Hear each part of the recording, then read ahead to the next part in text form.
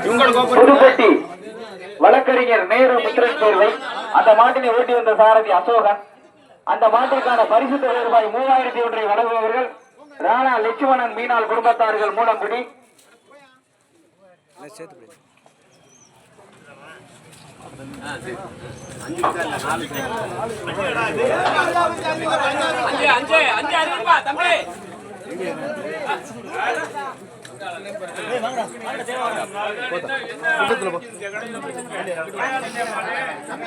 சிறிய மாட்டிலே முதல் சுற்றிலே 5வது பரிசினை தட்டி சென்ற மாடு எறும்புகுடி செல்வராஜ்.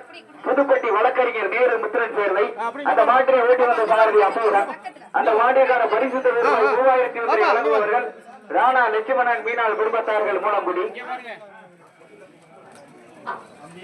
2வது சுற்று மாடு ரெடியா இருங்கண்ணே.